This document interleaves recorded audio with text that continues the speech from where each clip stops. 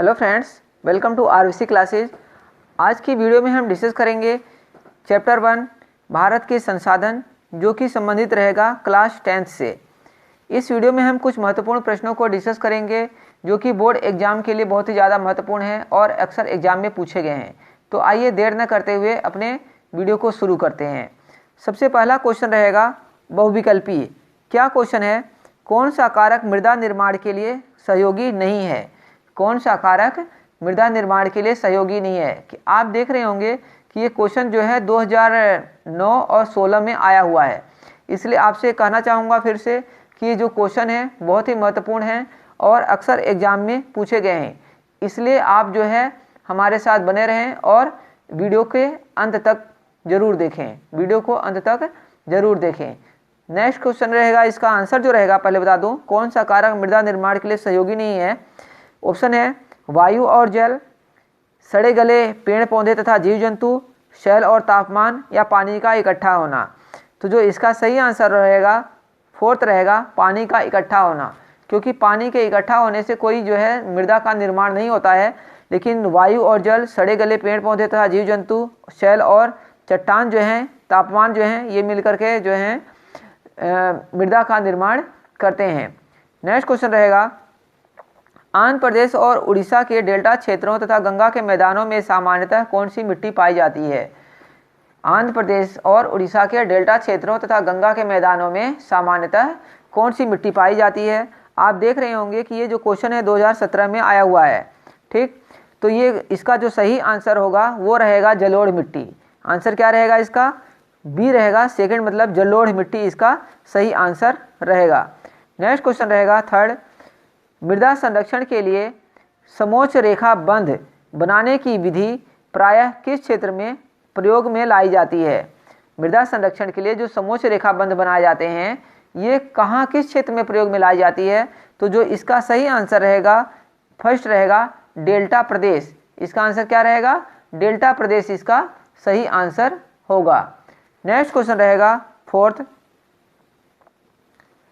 मानव सर्वाधिक उपयोग करता है। मानव सर्वाधिक क्या उपयोग करता है? जो ऑप्शन दिए हुए हैं भौम जल, महासागरीय जल, पृष्ठीय जल, या फिर वायुमंडलीय जल।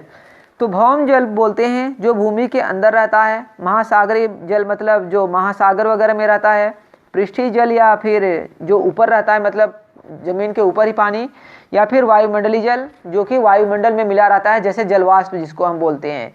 तो जो इसका आंसर रहेगा थर्ड रहेगा पृष्ठीय जल। पृष्ठीय जल का उपयोग सर्वाधिक करता है, जैसे कि जो कि नदी तालाब इन सब में झीलों में भरे रहते हैं उसको हम बोलते हैं पृष्ठीय जल। तो इसका सही आंसर क्या होगा फ्रेंड्स? थर्ड इसका सही आंसर होगा। नेक्स्ट क्वेश्चन रहेगा आपका प्रश्न 5, केवलादेव घाना पक्षी विहार स्थित है। केवलादेव पक्षी विहार कहाँ स्थित है? आपको इसका जो है सही आंसर बताना है। तो जो इसका सही आंसर होगा सेकंड राजस्थान। कहाँ पर है केवलादेव? राजस्थान में है। तो ये थे 5 ऑब्जेक्टिव क्वेश्चन। नेक्स्ट पर चलेंगे, रिक्त स्थान की पूर्ति करें, जो कि पूर्व एग्जाम में आए हुए हैं। आप यहाँ पर देख सकते हैं लिखे हुए हैं कितनी बार आए हुए हैं कौन से क्वेश्चन। ठीक है, तो पहला को जो फिल इन द ब्लैंक्स है, संयुक्त वन प्रबंधन व्यवस्था में डैश का महत्वपूर्ण स्थान होता है। किसका महत्वपूर्ण स्थान होता है? आपको इसका सही आंसर बताना है। तो वन सुरक्षा समितियों का महत्वपूर्ण स्थान होता है, इसका सही आंसर होगा। किसका स्थान महत्वपूर्ण होता है? वन सुरक्षा समितियों। नेक्स्ट है, सामाजिक वानिकी योजना को डैश से वित्तीय सहायता प्राप्त हो रही है। जो सामाजिक वानिकी योजना है इसको वित्तीय सहायता कहाँ से प्राप्त हो रही है? तो जो इसका सही आंसर होगा विश्व बैंक। इसका सही आंसर होगा विश्व बैंक, इसका जो है सही आंसर होगा। नेक्स्ट है इसी में, वन अग्नि नियंत्रण परियोजना डैश के सहयोग से संचालित है। जो वन अग्नि नियंत्रण परियोजना है ये किसके सहयोग से संचालित होती है? तो जो इसका सही आंसर रहेगा यूएनडीपी इसका सही आंसर होगा थर्ड का। चौथा है, वन्य जीवों की सुरक्षा एवं संरक्षण हेतु डैश एवं डैश की स्थापना की गई है। वन्य जीवों की सुरक्षा एवं संरक्षण हेतु किसकी स्थापना की गई है? राष्ट्रीय उद्यानों वन्य जीव अभयारण्यों की स्थापना की गई है। किसकी स्थापना की गई है? राष्ट्रीय उद्यानों वन्य जीव अभयारण्यों की स्थापना की गई है। नेक्स्ट क्वेश्चन की बात करेंगे जो कि रहेगा आपका अति लघु उत्तरी प्रश्न रहेगा। कौन से प्रश्न रहेंगे? अति लघु उत्तरी प्रश्न रहेंगे। क्या है? फर्स्ट क्वेश्चन है मृदा अपरदन से क्या तात्पर्य है, मतलब मृदा अपरदन क्या होता है? मृदा अपरदन क्या होता है? सिंपल लैंग्वेज में बोलें कि जो भू परपटी होती है, जो हमारी पृथ्वी का जो ऊपरी भाग होता है उसका जो है कट जाना, मतलब उसका अपनी जगह से हट जाना मृदा अपरदन कहलाता है। और इसके कारण क्या होते हैं? जैसे मान लीजिए कि बरसात हो रही है बहुत ज़्यादा या फिर तूफान आया है, तो इस कारण मृदा अपरदन होता है। तो क्या लिखा हुआ है?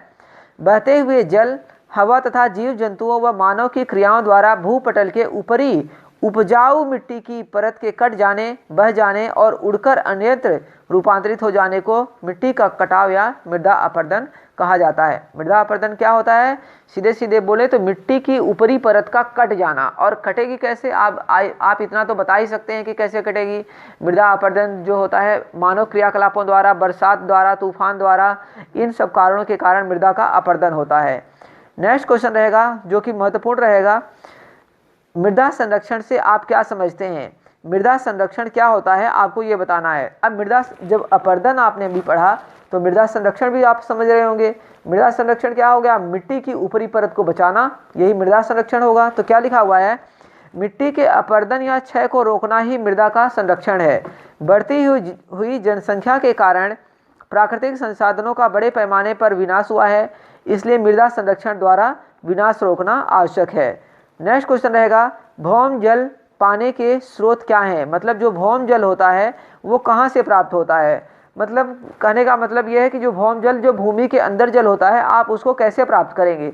तो ट्यूबवेल वगैरह, हैंडपंप वगैरह लगा के निकालेंगे पानी को। तो यही लिखा हुआ है कि इसे कुओं व ट्यूबवेलों के द्वारा धरातल पर लाया जाता है। जो भौम जल होता है, जो भूमि के अंदर जल होता है, वो कुओं व ट्यूबवेलों के द्वारा धरातल पर लाया जाता है तथा मानवीय उपयोग के अतिरिक्त कृषि, भूमि की सिंचाई, बागवानी, उद्योग आदि के लिए उपयोग किया जाता है।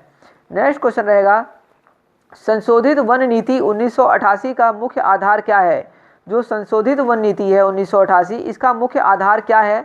ऑप्शन जो दे रखे हैं, 7 दिसंबर 1988 को नवीन वन नीति घोषित की गई। एक क्वेश्चन यहीं पर बन रहा है कि नवीन वन नीति कब घोषित की गई? 7 दिसंबर 1988 को, जिसके मुख्य आधार निम्न है।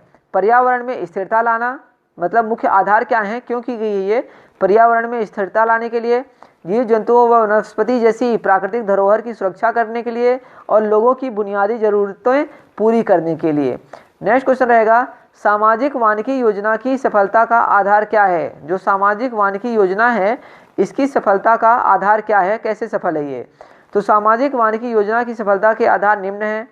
वन कानूनों को प्रभावी ढंग से लागू करके हरे भरे वृक्षों को काटने पर रोक लगाना, हिमालय क्षेत्र में वृक्षों की कटाई को रोकने एवं पशुओं की मुक्त चराई पर उचित रोकथाम की व्यवस्था करना। नेक्स्ट क्वेश्चन रहेगा हमारा, भारतीय वन प्रबंधन संस्थान की स्थापना क्यों की गई है? जो भारतीय वन प्रबंधन संस्थान है उसकी स्थापना क्यों की गई है, आपको इसका आंसर बताना है। तो क्या लिखा हुआ है? वन संसाधन व प्रबंधन व्यवसाय की नवीन बातों की जानकारी है। जानकारी देने हेतु 1978 में स्वीडिश कंपनी की सहायता से अहमदाबाद में इस संस्थान की स्थापना की गई है। ठीक, केंद्र सरकार ने भोपाल में भी भारतीय वन प्रबंधन संस्थान की स्थापना की है। यहाँ स्नातकोत्तर व डॉक्टरेट की उपाधि प्रदान की जाती है। तो फ्रेंड्स, ये था क्वेश्चन जो कि 6 था, भारतीय वन प्रबंधन संस्थान की स्थापना क्यों की गई है। तो इस वीडियो में आज हमने क्या पढ़ा है, कुछ लघु उत्तरी, अति लघु उत्तरी प्रश्न पढ़े हैं हमने, फिल इन द ब्लैंक्स पढ़ा है, और इसके अलावा हमने ऑब्जेक्टिव क्वेश्चन पढ़े हैं जो कि एग्जाम के लिए बहुत ही महत्वपूर्ण है। इस चैप्टर के अन्य प्रश्नों के लिए आप हमारे साथ बने रहें और अगले वीडियो का इंतज़ार करें।